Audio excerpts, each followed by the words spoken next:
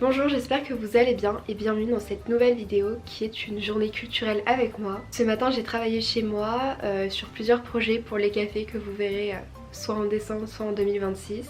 Et là je me suis dit que je voulais prendre un petit peu un moment pour lire, notamment dans un café à Montmartre que j'aime beaucoup. Ensuite me balader dans une expo qui vient d'ouvrir au musée de Montmartre, qui est l'école de Paris. Je suis assez passionnée par l'art du XXe siècle et ça me réjouit beaucoup de la découvrir, donc je vous emmènerai aussi avec moi. Ensuite j'irai boire un matcha, on ira au cinéma avec Mathis pour voir le nouveau film de François Ozon. Et juste avant de me rendre au café, je voulais vous parler un petit peu du livre que j'allais prendre avec moi. Parce que je vais pas le faire dans le café, ça va être un peu étrange. Il s'agit d'une écrivaine danoise qui se nomme Tove Ditlevsen. Et on retrouve dans ce format poche une trilogie. Donc enfance, jeunesse et dépendance. Et c'est exactement ce que j'adore dans la littérature. Alors là j'en suis à la page 87 mais je suis déjà ravie de ma lecture.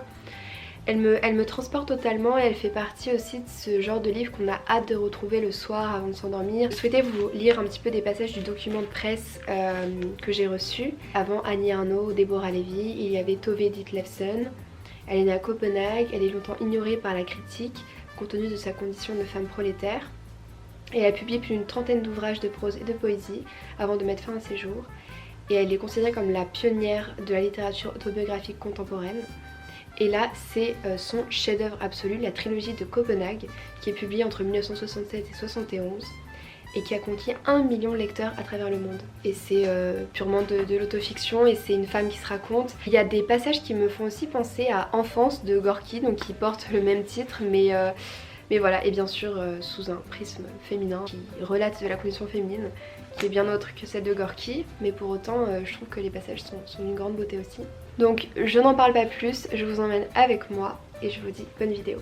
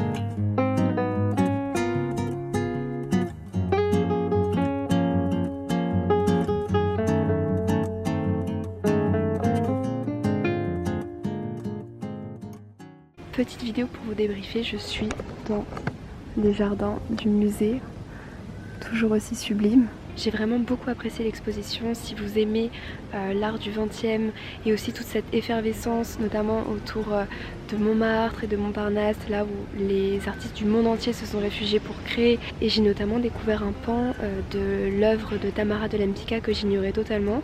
Et j'ai découvert deux femmes artistes qui se nomment Mela Mutter et Nathalie Kramer, dont j'ai beaucoup apprécié le travail.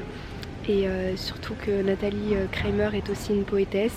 Et j'ai beaucoup aimé la sobriété du tableau que j'ai pu contempler. Donc voilà, je vous conseille vraiment largement cette exposition. Et j'ai adoré la scénographie, ça m'a vraiment ébloui. Surtout la salle des portraits des artistes et des marchands. Et la salle aussi des ateliers d'artistes et tous les textes qui montrent à quel point les ateliers ont cette importance au-delà d'un lieu de création. C'est un lieu de vie, c'est un lieu d'identité, donc c'est génial, vraiment je vous conseille.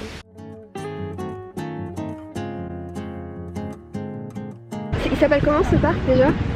Je sais pas, tu veux que je regarde? Ouais, j'aimerais bien une recherche Google.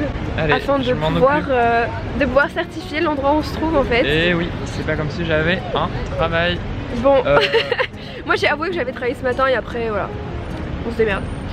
Hello tout le monde, on est au square du Vert-Galant et on a des matchas de chez Milia Matcha. On est allé au pop-up.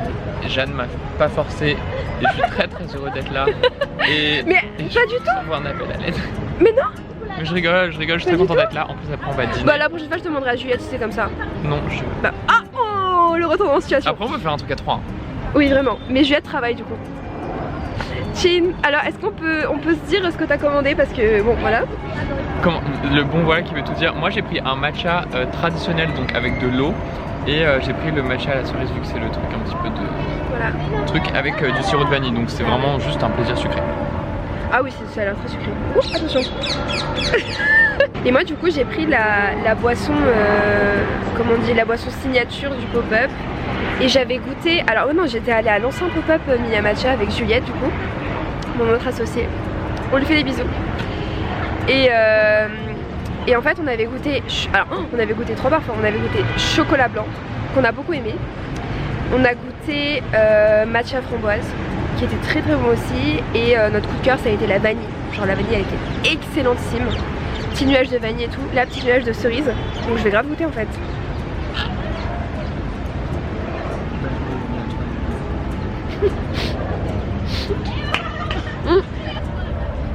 Bah en fait la...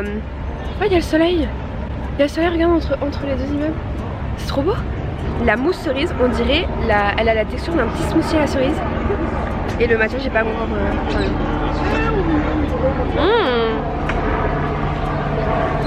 Ok, waouh. Ah oui, c'est excellent. Et c'est très sucré quoi. On sent pas trop le goût de matcha. Attendez, je vous goûte encore.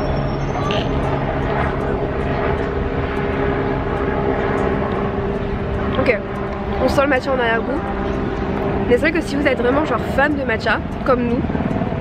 Plus toi que moi. Ouais, vraiment plus moi. Mais moi j'en bois aussi. Je suis pas genre fan de la boisson en tant que telle. Mais elle est très bonne. Mais en fait je vais y retourner au pop-up. Ah ouais Ah oui. Sans moi.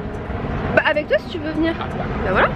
Donc on y retournera. Peut-être pour que je prenne un truc un peu plus soft, genre un matcha framboise ou matcha tout court. MK2 je pense qu'ils visent sur le long terme, c'est-à-dire qu'ils veulent amener les gens dans leur salle en proposant ce genre de format et essayer de, mais comme tu dis, d'amener le cinéma avec un nouvel angle, de nouvelles voix, des voix actuelles. Là on parlait avec Mathis d'un film qu'on a vu au MK2, Beaubourg. JF partagerait appartement. JF partagerait appartement. Barbet Schroeder. Film sorti en 1992. On n'avait jamais vu ça au cinéma. Dans un film. On n'avait jamais vu ça. Et ensuite, Hélène Fraba, c'est tout le concept de MK2. Attends, on n'a pas parlé du film. Mais est-ce qu'on est obligé de dire quelque chose du film à part qu'il est genre décadent? Tout est dans le titre en fait. Le film c'est Jeune fille partagerait appartement. C'est une annonce qui est publiée dans un journal d'une jeune femme à New York qui cherche une colocataire. Et même en anglais le titre c'est Single White Female qui cherche donc Looking for Same.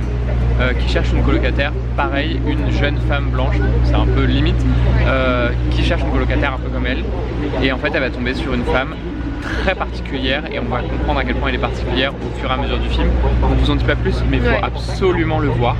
Moi j'ai pensé à Philomène pendant tout le film, Philomène Amoside sur TikTok, parce que ce film là c'est pour elle, donc si vous aimez ses recommandations ce sera pour vous. Bien sûr. Elle l'a vu, elle va le voir. Elle va le voir. Super. Et c'est vrai que c'était génial parce que après il y a eu une conférence de Hélène Fraba. Hélène Fraba que j'ai pu découvrir personnellement dans certains de ses ouvrages, mais je connaissais pas du tout le... Enfin j'avais jamais vu en vrai. Club. Ouais, son ciné-club. Et en fait Mathis il m'a... Parce que moi je suis partie, faut pas abuser, fallait pas que je rentre à minuit non plus. Mais Mathis il m'a dit un petit peu, enfin il m'a retranscrit les paroles de Hélène Fraba et c'était hilarant. Comme par exemple sa phrase: ah non mais vous vous rendez compte que Madame Bovary elle s'est suicidée parce qu'elle avait acheté trop de fringues. Des choses comme ça. Ou elle avait dit quoi de rigolo ou de pertinent à la limite. En fait, elle était extrêmement pertinente dans l'analyse qu'elle apportait du film, d'autres références qu'elle apportait aussi. Et surtout, ce que je disais à Jeanne, c'est qu'en fait, elle parlait de notions très académiques, mais pas avec un ton académique. Ce qui rendait du coup le prolongement de la réflexion autour du film beaucoup plus accessible, parce qu'en fait, bah, juste, elle nous parlait à nous, elle rigolait, c'était trop bien, c'était hyper intéressant. Moi, je buvais ses paroles et en même temps, je riais. Juste là, je suis vraiment, on dirait que je suis chauve déjà. Je pense qu'il faut complètement renverser la vision qu'on a des philosophes et même des personnes qu'on considère académiques, parce que pour moi au contraire des gens qu'on connaît et même des écrivains et des philosophes, plus tu peux être pertinent dans les propos que t'écris, plus des fois t'es hyper drôle et hyper extraverti dans la vraie vie. Donc ça contrebalance parce qu'on connaît un côté plus personnel d'eux. Et tu vois, et c'est trop intéressant de renverser le regard et de se dire que... Bon après, est-ce que Platon et Socrate c'est des bons exemples à prendre? C'était si misogyne. Non mais c'est ça le problème aussi, c'est que bon, moi je suis persuadée qu'ils faisaient des blagues et que c'était rigolo. Mais bon, des blagues sexistes quoi. Des nouvelles de Socrate. Platon. Pyramide maudit. Platon maudit.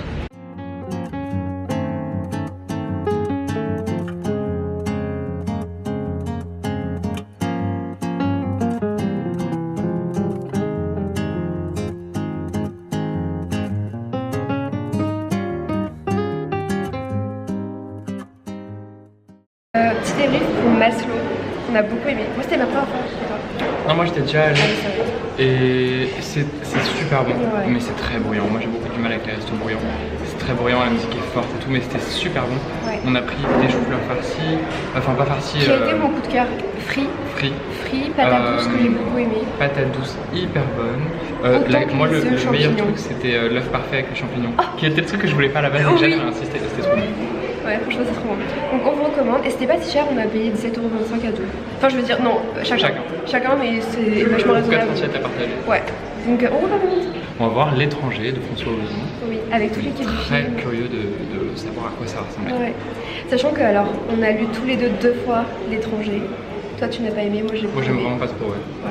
J'ai beaucoup aimé, donc j'aime bien parce qu'on arrive avec un regard qui est déjà le même.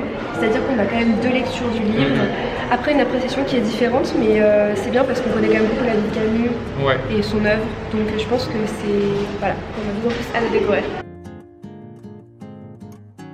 Moi j'ai beaucoup apprécié. En fait il y avait certains déséquilibres dans la forme. Bon, le fond est magnifique et extrêmement poétique parce que c'est vraiment toute la plume de Camus.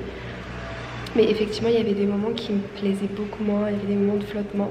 Pas forcément d'ennui, je me suis pas ennuyée, je pense que tu t'es ennuyée Mathis. J'ai détesté. Ouais. Et qu'on excuse aussi la violence conjugale par ailleurs. Des trucs comme ça. Mais sinon la poésie de Camus elle ressort à certains moments qui sont splendides. Et du coup dis-moi toi. Justement moi je suis pas d'accord, c'est-à-dire que il n'y a pas assez de l'écriture de Camus qui est exposée dans le film, on aurait pu faire beaucoup plus de voix off. Les seuls moments que j'ai trouvé assez bons, c'était les voix off. J'ai trouvé que le jeu était vraiment mauvais, sauf chez Pierre Lotin que j'ai trouvé vraiment très bon. Puis plus largement, le problème d'adapter un roman qui ne dit rien et qui pense dire tout, c'est qu'on fait un film qui pense dire tout mais qui, encore une fois, ne dit rien, d'autant plus avec un regard néocolonial. L'étranger, on sait que c'est une œuvre qui pose problème et là, en fait, on n'apporte rien de nouveau. Ça respecte quand même beaucoup Camus. La photographie est hyper belle, ça vraiment, on est obligé de le souligner. Mais pour moi, il y a encore une fois un vrai problème dans le regard, un vrai problème dans le jeu. Et dans tous les cas, moi j'avais pas du tout aimé lire L'étranger, j'ai détesté ma séance, je me suis profondément ennuyé et en plus le message m'a pas du tout parlé. Peut-être qu'il aurait fallu adapter Meursault contre enquête de Camille Daoud. Ouais. Projet de film du coup. Voilà, s'il y a des réalisateurs qui nous regardent. Ouais. Voilà. Donc on espère que vous avez apprécié ce sans transition parce qu'il est tard et on a envie de dormir en vrai. On a envie de dormir. Grave. J'ai envie de rentrer chez moi. Oui, si. On n'habite pas encore ensemble. Non. Yann, c'est pas prévu. Voilà. Merci pour moi. Je serais une très bonne coloc, ceci dit. Oui, je pense qu'on s'entendrait bien. On rigolerait tout le temps, on regarderait tout le temps des films, on bosserait tout le temps.